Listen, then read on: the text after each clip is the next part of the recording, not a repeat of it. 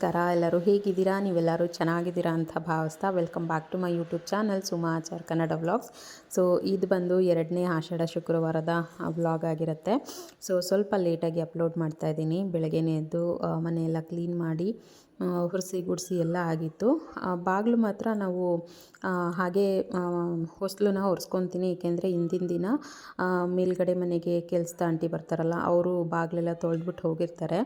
ಮತ್ತು ನಾನು ಒಂದು ಸಲ ಏನು ತೊಳ್ಕೊಳಕ್ಕೆ ಹೋಗಲ್ಲ.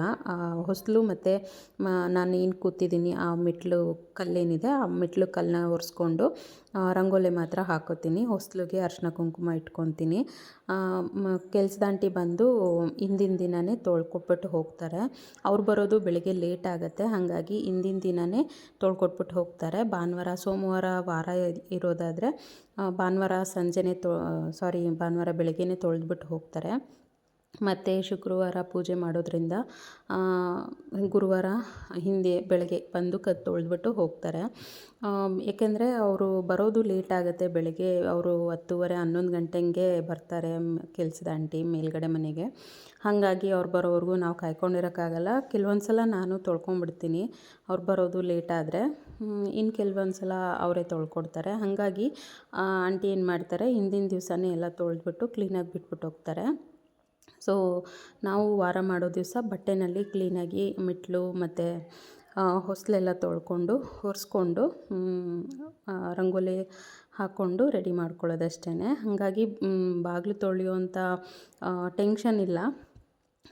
ಬಾಗಿಲು ಅಂದರೆ ನಮ್ಮ ಮೇನ್ ಡೋರ್ ಹತ್ರ ಅಷ್ಟೇ ತೊಳಿಬೇಕಾಗಿಲ್ಲ. ಆ ಕಡೆ ಪಾರ್ಕಿಂಗ್ ಕೂಡ ಇದೆ. ಸೊ ನಾವು ಗ್ರೌಂಡ್ ಫ್ಲೋರಲ್ಲಿರೋದ್ರಿಂದ ಪಾರ್ಕಿಂಗ್ ಕೂಡ ಇದೆ. ನಮ್ಮ ಮನೆ ಸೈಡ್ ತೊಳ್ಕೊಂಡ್ರೆ ಮತ್ತು ಅದು ಹಾಗೆ ಬಿಟ್ಟಂಗಾಗುತ್ತೆ. ಅರ್ಧಂಬರ್ಧ ತೊಳೆದು ಪೂಜೆ ಮಾಡೋಕ್ಕಾಗಲ್ಲ ಅಲ್ವಾ. ಹಾಗಾಗಿ ನಾನು ಮತ್ತೆ ಏನೂ ತೊಳೆಯೋಕ್ಕೆ ಹೋಗಲ್ಲ. ನಿನ್ನೆ ತೊಳೆದಿರ್ತಾರಲ್ವ, ಸೊ ಅದನ್ನೇ ನಾನು ಇಲ್ಲಿ ಬಟ್ಟೆನಲ್ಲಿ ಕ್ಲೀನಾಗಿ ಹೊಸ್ಲೆಲ್ಲ ಒರೆಸ್ಕೊಂಬಿಟ್ಟು ರಂಗೋಲಿ ಹಾಕ್ಕೊಂಡು ರೆಡಿ ಮಾಡ್ಕೊತೀನಿ. ಸೊ ಇದು ಒಂದು ನಮಗೆ ಅಡ್ವಾಂಟೇಜ್ ಅಂತ ಹೇಳ್ಬೋದು, ಆಂಟಿ ಬರೋದ್ರಿಂದ ಬಾಗಿಲು ತೊಳೆಯೋದ್ರಿಂದ. ಸೊ ಬಾಗಿಲು ತೊಳೆಯೋ ಟೆನ್ಷನ್ ಇರಲ್ಲ. ಜಸ್ಟ್ ಒರೆಸ್ಕೊಂಡು ರಂಗೋಲಿ ಹಾಕ್ಕೊಂಡ್ರೆ ಆಯಿತು. ಇವಾಗ ಆಲ್ಮೋಸ್ಟ್ ಟೈಮ್ ಆಗಿತ್ತು, ಒಂದು 5:45 ಆಗ್ತಾಯಿತ್ತು. 6 ಗಂಟೆ ಅಷ್ಟರಲ್ಲಿ ದೀಪ ಕೂಡ ಹಚ್ಚಬೇಕು. ಸೊ ಹಾಗಾಗಿ ಹೊರಗಡೆ ಎಲ್ಲ ರೆಡಿ ಮಾಡ್ಕೊಳ್ಳೋಣ ಅಂತ ಹೇಳಿಬಿಟ್ಟು ಮಾಡ್ಕೊತಾ ಇದ್ದೀನಿ.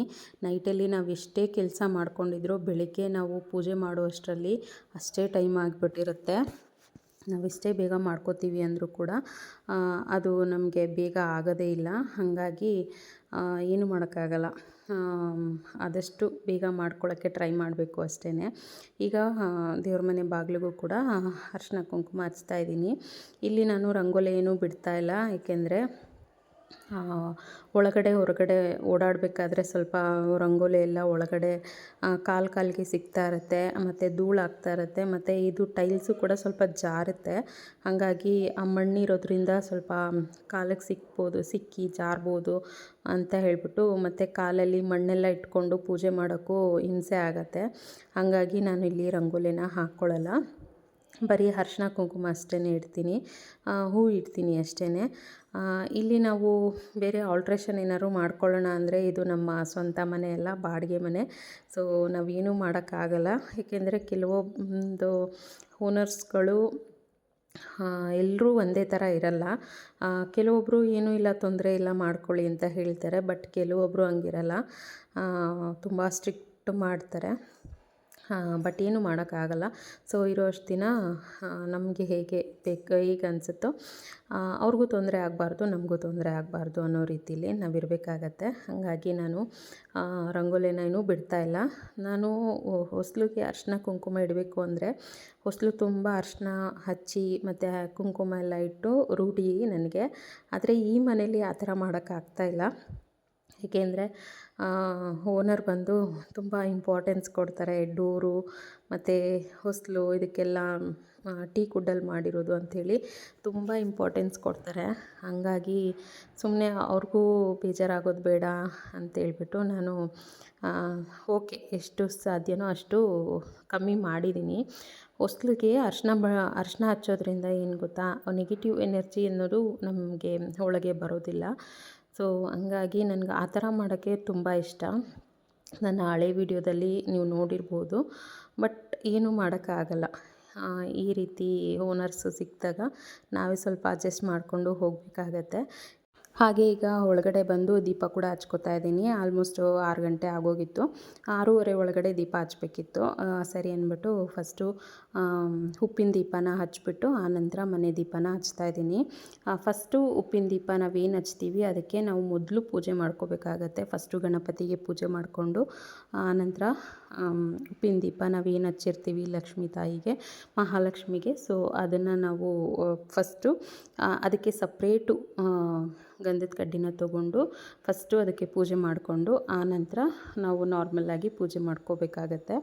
ಸೊ ಅದೇ ಥರ ನಾನು ಕೂಡ ಮಾಡ್ಕೊತಾ ಇದ್ದೀನಿ. ಈಗ ಫಸ್ಟು 2 ಕಡ್ಡಿ ಹಚ್ಬಿಟ್ಟು ಲಕ್ಷ್ಮೀ ದೇವಿಗೆ ಪೂಜೆ ಮಾಡಿದ್ದಾಯಿತು. ಈಗ ಮನೆ ದೇವ್ರಿಗೆ ಮಾಡ್ಕೊತಾ ಇದ್ದೀನಿ.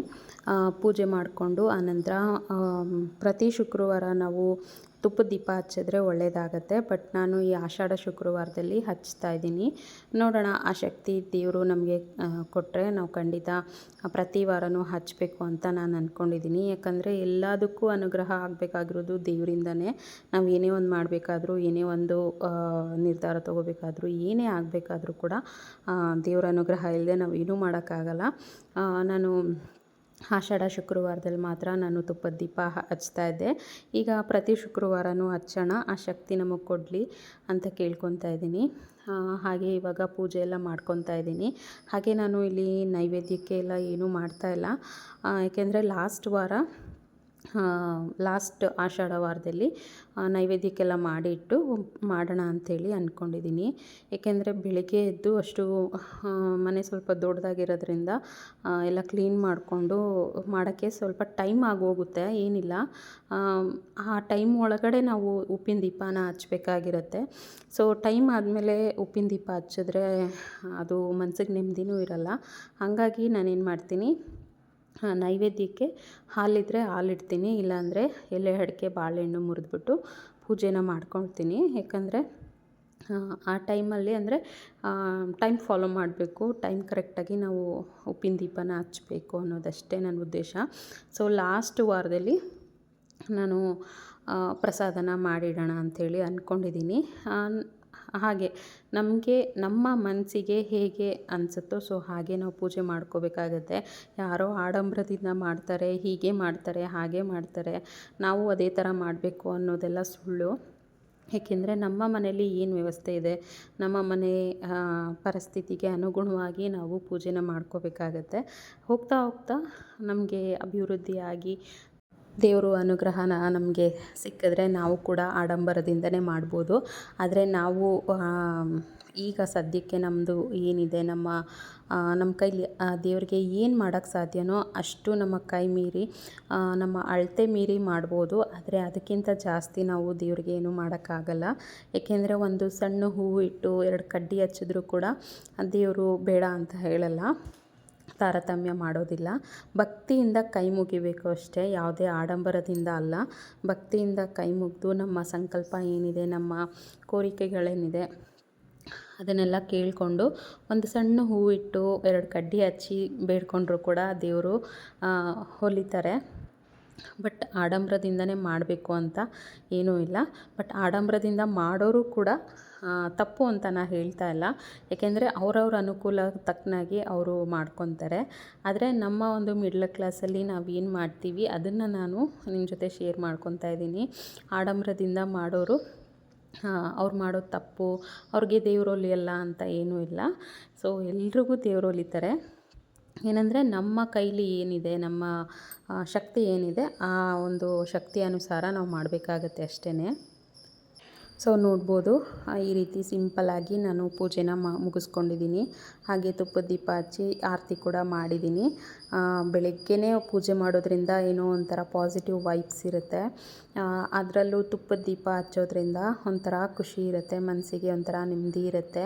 ಹಾಗೆ ಮನೆಯೆಲ್ಲ ಒಂಥರ ಪಾಸಿಟಿವ್ ಎನರ್ಜಿ ಇರುತ್ತೆ. ಅಷ್ಟು ಬೆಳಗ್ಗೆನೇ ತುಂಬ ಖುಷಿಯಾಗತ್ತೆ. ಪ್ರತಿದಿನ ಇದೇ ರೀತಿ ಮಾಡಬೇಕು ಅಂತ ನಮಗೂ ಆಸೆ ಇರುತ್ತೆ. ಬಟ್ ಏನು ಮಾಡೋದು, ಅಷ್ಟು ಬೆಳಗ್ಗೆನೇ ಡೈಲಿ ಎದ್ದೊಳಕ್ಕೆ ಸ್ವಲ್ಪ ಕಷ್ಟ ಆಗುತ್ತೆ.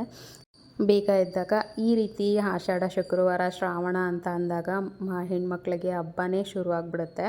ಆಷಾಢದಿಂದ ಶುರುವಾಗುತ್ತೆ ಹಬ್ಬ ಅನ್ನೋದು. ಮತ್ತು ಶ್ರಾವಣ ಮತ್ತು ಗೌರಿ ಹಬ್ಬ, ಗಣೇಶ ಹಬ್ಬ, ಹೀಗೆ ಒಂದಾದ್ಮೇಲೆ ಒಂದು ಹಬ್ಬಗಳು ಶುರುವಾಗೋದ್ರಿಂದ ಹೆಣ್ಮಕ್ಳಿಗೆ ಪ್ರತಿ ತಿಂಗಳು ಪ್ರತಿದಿನ ಪೂಜೆ ಮಾಡ್ದಂಗೆ ಇರುತ್ತೆ. ಈಗ ನಾನು ದೇವ್ರಿಗೆ ಆರತಿ ಕೂಡ ಬೆಳಗಿದ್ದೆ. ಸೊ ಅದನ್ನು ಒಂದು ಶಾರ್ಟ್ಸ್ಗೆ ವೀಡಿಯೋದೆಲ್ಲ ತೊಗೊಂಡು ಈಗ ನೆಕ್ಸ್ಟು ತಿಂಡಿ ರೆಡಿ ಮಾಡಬೇಕು. ನನ್ನ ಮಗನಿಗೆ ಸ್ಕೂಲಿಗೆ ಟೈಮ್ ಆಗುತ್ತೆ. ಅವನು ಕೂಡ ಎದ್ದು ಫ್ರೆಶ್ ಅಪ್ ಆಗಿ ಈಗ ಬರ್ತಾನೆ. ಸೊ ಅವ್ನು ಬರೋ ಅಷ್ಟರಲ್ಲಿ ತಿಂಡಿ ರೆಡಿ ಮಾಡಬೇಕು. ಈಗ ತಿಂಡಿಗೆ ಅವಲಕ್ಕಿ ಚಿತ್ರಾನ್ನನೇ ಮಾಡ್ತಾಯಿದ್ದೀನಿ. ಅದನ್ನು ಬಾಕ್ಸ್ಗೂ ಕೂಡ ಹಾಕಿ ಕಳಿಸ್ತೀನಿ. ಏನು ಮಾಡೋಕ್ಕಾಗಲ್ಲ, ಈ ರೀತಿ ವಾರ ಎಲ್ಲ ಮಾಡಿದಾಗ ಎರಡೆರಡು ಥರ ಅಡುಗೆ ತಿಂಡಿ ಎಲ್ಲ ಮಾಡ್ಕೊಂಡಿರೋಕ್ಕಾಗಲ್ಲ. ಹಂಗಾಗಿ ಒಂದೇ ಥರ ತಿಂಡಿ ಮಾಡಿಬಿಟ್ಟು ಬಾಕ್ಸಿಗೆ ಹಾಕೋಣ ಅಂದ್ಬಿಟ್ಟು ಇವಾಗ ಅವಲಕ್ಕಿ ಚಿತ್ರಾನ್ನನ ಮಾಡ್ತಾಯಿದ್ದೀನಿ. ಇದು ಲಾಸ್ಟು ಕೊತ್ತಂಬರಿ ಸೊಪ್ಪು ಹಾಕ್ಬಿಟ್ಟು ಇನ್ನೊಂದು ಸಲ ತಿರುಗಿಸ್ತಾ ಇದ್ದೀನಿ. ಈ ಒಂದು ತಿಂಡಿ ಏನಿದೆ ನನ್ನ ಮಗನಿಗೆ ಮತ್ತು ನಮ್ಮ ಮನೆಯವ್ರಿಗೆ ಮತ್ತು ನನ್ನ ಮೈದನಿಗೆ, ನಮ್ಮ 3 ಜನಕ್ಕಷ್ಟೇ. ನಾನು ಸ್ವಲ್ಪ ಮಧ್ಯಾಹ್ನದವರೆಗೂ ಉಪವಾಸ ಇರ್ತೀನಿ. ಸೊ ಪ್ರತಿ ಶುಕ್ರವಾರನೂ ಅಷ್ಟೇ ಮಧ್ಯಾಹ್ನದವರೆಗೂ ಉಪವಾಸ ಇರ್ತೀನಿ. ಅಂದರೆ ಒಪ್ಪತ್ತು ಬಿಡೋದು ಅಂತ ಹೇಳ್ತಾರಲ್ವ, ಸೊ ಹಾಗೆ ಉಪವಾಸ ಇರ್ತೀನಿ. ಮಧ್ಯಾಹ್ನ ಮೇಲೆ ಊಟ ಮಾಡ್ತೀನಿ. ಸೊ ಪ್ರತಿ ಶುಕ್ರವಾರ ಈ ರೀತಿಯೇ ಮಾಡ್ಕೊಂಬಂದಿದ್ದೀನಿ. ಆಷಾಢ ಶುಕ್ರವಾರ ಅಂತ ಏನೂ ಇಲ್ಲ, ಪ್ರತಿ ಶುಕ್ರವಾರನೂ ಕೂಡ ನಾನು ಮಧ್ಯಾಹ್ನದವರೆಗೂ ಉಪವಾಸ ಇರ್ತೀನಿ. ಯಾಕೆಂದರೆ ನಾನು ದೇವಸ್ಥಾನಕ್ಕೆ ಹೋಗಿ ನಿಂಬೆಹಣ್ಣು ಆರತಿ ಮಾಡ್ತೀನಿ ಪ್ರತಿ ವಾರನೂ. ಸೊ ಹಾಗಾಗಿ ನಿಂಬೆಹಣ್ಣು ಆರತಿ ಮಾಡೋವರೆಗೂ ನಾನು ಏನೂ ತಿನ್ನೋದಿಲ್ಲ, ಉಪವಾಸ ಇದ್ದು ನಿಂಬೆಹಣ್ಣು ಆರತಿ ಎಲ್ಲ ಮಾಡಿ ನಾನು ಮನೆಗೆ ಬರೋ ಅಷ್ಟರಲ್ಲಿ 12-12:30 ಆಗಿಬಿಡುತ್ತೆ.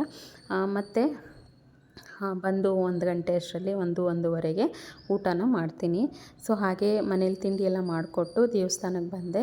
ಇಲ್ಲಿ ನಮ್ಮ ಮನೆ ದೇವರು, ನಮ್ಮ ಹೆಣ್ಣು ದೇವತೆ, ಕುಲದೇವತೆ ಕಾಳಿಕಾದೇವಿ ದೇವಸ್ಥಾನದಲ್ಲಿ ನಾನು ಪ್ರತಿ ವಾರ ನಿಂಬೆಹಣ್ಣಿನ ದೀಪನ ಹಚ್ತೀನಿ. ಸೊ ಬಂದು ಇಲ್ಲಿ ದೀಪ ಕೂಡ ಎಲ್ಲ ರೆಡಿ ಮಾಡಿಕೊಂಡು ದೇವಿಗೆ ಇವಾಗ ಬೆಳಗಬೇಕು.